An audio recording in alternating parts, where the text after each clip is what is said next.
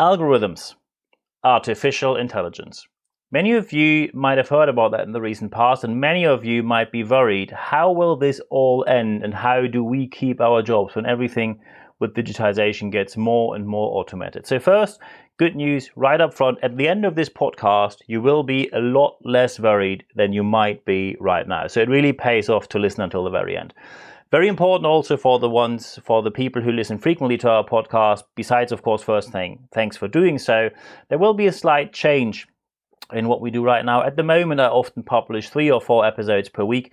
This comes to an end with this week. This is the last week where we have 4 episodes in 1 week. So first, thank you very much for all the feedback. We now have enough data, and that, of course, has also been then calculated and decisions based upon algorithms. But now we have enough data to really be able to determine where we're going in the future. So there will be 1 episode with an interview and 1 episode where I am talking. So there will be 2 episodes per week. Most likely they will be published every Wednesday, but that is still to be determined. Important for all the information, including the articles I publish here, just sign up for the expert letter, 100% content, no advertising. It's expert-letter.nb-networks.com.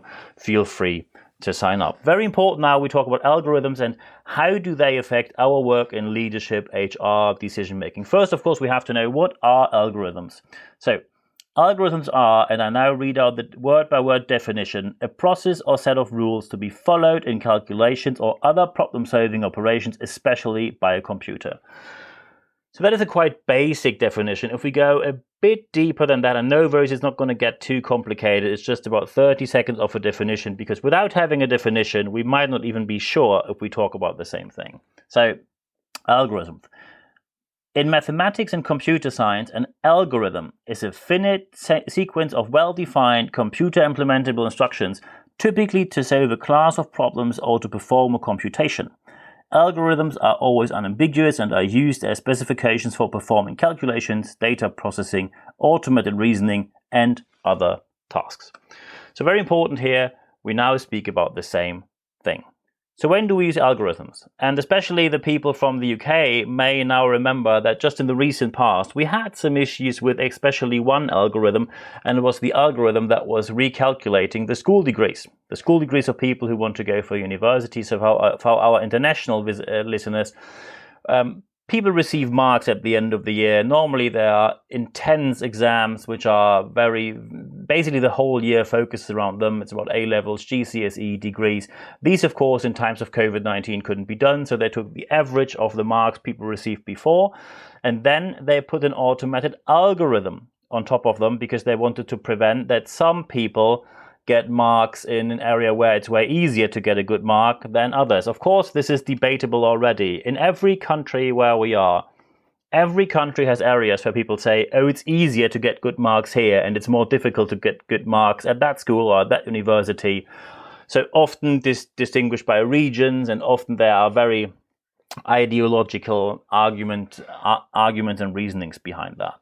So when we put an algorithm on top of that, we of course have to see what happened afterwards. Some people were downgraded from AAB to DDC, which basically means from you get first entry to any university you want to you don't get access to university at all based on an automated algorithm. Of course, huge uproar, and Boris Johnson had to take everything back afterwards, and they went with the marks that the teachers gave in the first place.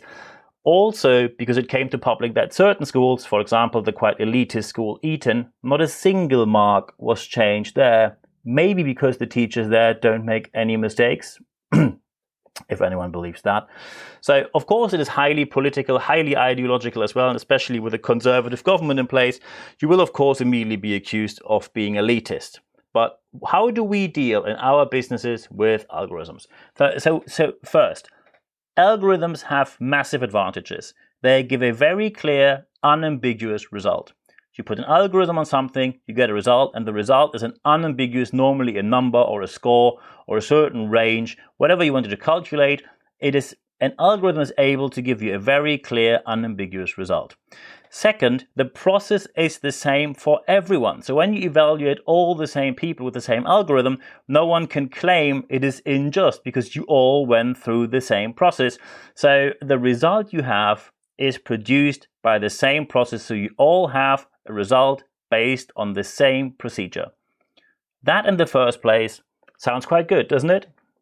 But it also shows you where the problem is. And I know that often companies are obsessed with numbers, and Harvard Business Review just recently, and they even used it as their main page title, that numbers are not strategy. And that's not me saying that. That's Harvard saying that, and I think that is quite a reasonable source. Numbers, of course, are important, but they are not the only aspect you can consider. And I give you a very simple example for that. Let's assume that your child, or if you don't have children, just think of children you are quite close to, children of friends or relatives, so you have the right emotional connection. And your child, or the child you know and you are quite close to, at the end of a certain procedure, they say, these are the numbers, we take the average, so it's either a smart child or it's not a smart child. And immediately you will be first in line, and by the way, for a good reason, you will be first in line saying the child is more than a set of data and average of marks. Also, we have way too many examples in free enterprise where people who are not formally on paper well educated, who do tremendously well with their self-employment or within free enterprise. Also, when we look on the other side of the game, we have quite a number of people who are highly educated on paper, and formally they went through every piece of excellent education. And what came out are people who are often xenophobic, racist, misogynist, and people who really misbehave. So you cannot derive formal education gives you a better result. And that's, of course, where we ask, so what can we do then? Because only saying we have an algorithm, and of course then often people say nothing's perfect, so we just take that system, that can be applied to basically no discussion. So when we are here, you have to see what are the disadvantages of these algorithms.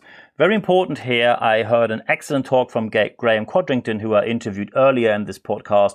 He's a futurist, travels the world. Of course, during COVID-19, he delivers most of his speeches online. He normally travels the world talking about how will the future look like. And he gave a talk during a conference in Nottingham where I saw him, where he was talking about, will we lose our jobs due to automation, due to digitization, due to artificial intelligence? And he came to the conclusion that most of us will not lose our jobs for a very simple reason. Because he always says computers have results for everything and an opinion on nothing. And here we come to the main disadvantages on algorithms. Main disadvantages about algorithms. So, number one, they try to make everyone equal.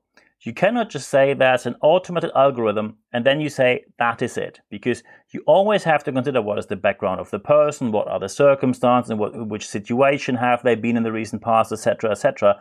Also, when you put an algorithm in place, when you have a broken system and a system which is not working very well, so maybe you have a very outdated talent discovery or talent promotion system, your HR is very outdated, your leadership is very outdated. When you then put an algorithm on that, you only have a bad system in an algorithm. And that's what just recently with their tech update, the MIT, the Massachusetts Institute of Technology, just recently published. That's less than 2 weeks ago. The MIT, and I quote word by word, algorithms cannot fix broken systems. So when you have a broken system, you put an algorithm on top of it, you simply have a broken system and an algorithm, and it is even worse because suddenly you can't even talk to a human, you have a computer telling you something which is obviously wrong. And the third aspect is you miss every soft aspect of your whole business and your whole organization. And let's face it, because people often ask, so, well, that's the system we have, how can we do it better? And of course, I promise that with every podcast, I always give suggestion and advice on how to do it better. So step number one, hard facts are important. And I will never discuss that this is unambiguously true, but they are not the only aspect. I know there are certain people who say, oh, we should get away from all the number systems and only be based on human evaluations. Well, that has its downsides as well, especially when people are in certain networks. The only thing you get then is nepotism, and we have that already in many areas of free enterprise or politics, and we have to deal with that. On the other hand, what can we do better right now? So step number one, you take hard facts into account. Never say numbers are irrelevant. That is not the core message of this podcast. So Step number 1, hard facts are important. Step number 2, you have to look at soft factors as well. And this is where you, for example, have to talk to colleagues. You have to talk to people who work with them. You have to talk to different suppliers, partners, clients, see what their evaluations are, how they think they can deal and work with that person. Because, and that is the most important and the third suggestion I give here, in a people business, the decisive factor will always be the person. And that is what Graham Codrington says as well. He says, don't try to compete with computers. You're always going to lose. They're always faster and quicker when it comes to standardized, automated work. Be more human. That's what Graham Codrington said word by word. Be more human means nothing else than have an opinion, have a point of view, tell your interpretation. Don't shut up when they tell you to shut up, but tell them this is my point of view here, and this is something we have to take into account. Because in a people business, the decisive factor will always be the person at the very end. I'll just give you an example. Let's say you have 2 people in your sales team. One person brings in a lot of money, way more than the other you think about promoting. There are 2 people who you think, but you can only promote one. One person brings in a load of money, way more than the other. But that person never takes advice, and that person also has the highest cancellation quota. So where people just avoid the business, cancel the business, or just say we just thought over it and we're not going to work with you. The other salesperson is someone who is maybe a bit less experienced, maybe quite new in the business, but during the last years has the highest raise from year to year sales, the highest amount of profit, not the highest amount of revenue, but the highest amount of profit, and has 0% cancellation. Also, that person loves your advice, goes to training sessions, goes to coaching sessions, and comes out of them as a better person and as a better salesperson as well, delivering better and better results. So who do you want to promote? Well, when you put an algorithm on it, most algorithms will tell you, oh, look, we need money, and money is the decisive factor. Many American companies manage their people like that. Highest revenue means highest promotion. And that has nothing to do with a sustainable style of management, because it's not revenue that's important, it's profit that's important. Hire for skills, but promote for attitude. That is a very important advice here. So when you have algorithms, and that's my final advice to wrap this whole up, hard factors, of course, are important, and you need data, because without data, you can't make any decisions. But then you look into the soft factors, and the soft factors are equally as important. And then you might end up in a dilemma where you say, okay, we now have different data, we have different points of view in the soft skill area. What do we do right now? And here comes the most important point. As Graham Codrington says, be more human. The final decision is done by the human being, and their impression, maybe their interpretation, their impression, what they think which person can develop better, but the final decision is not made by a number.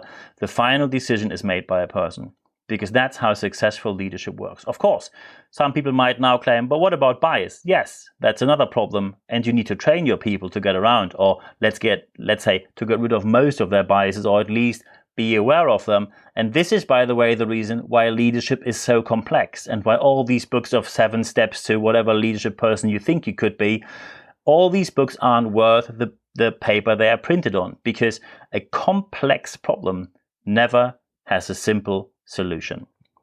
So to wrap this whole up, hard facts are important, soft facts are important as well, and the final decision is always made by a human being.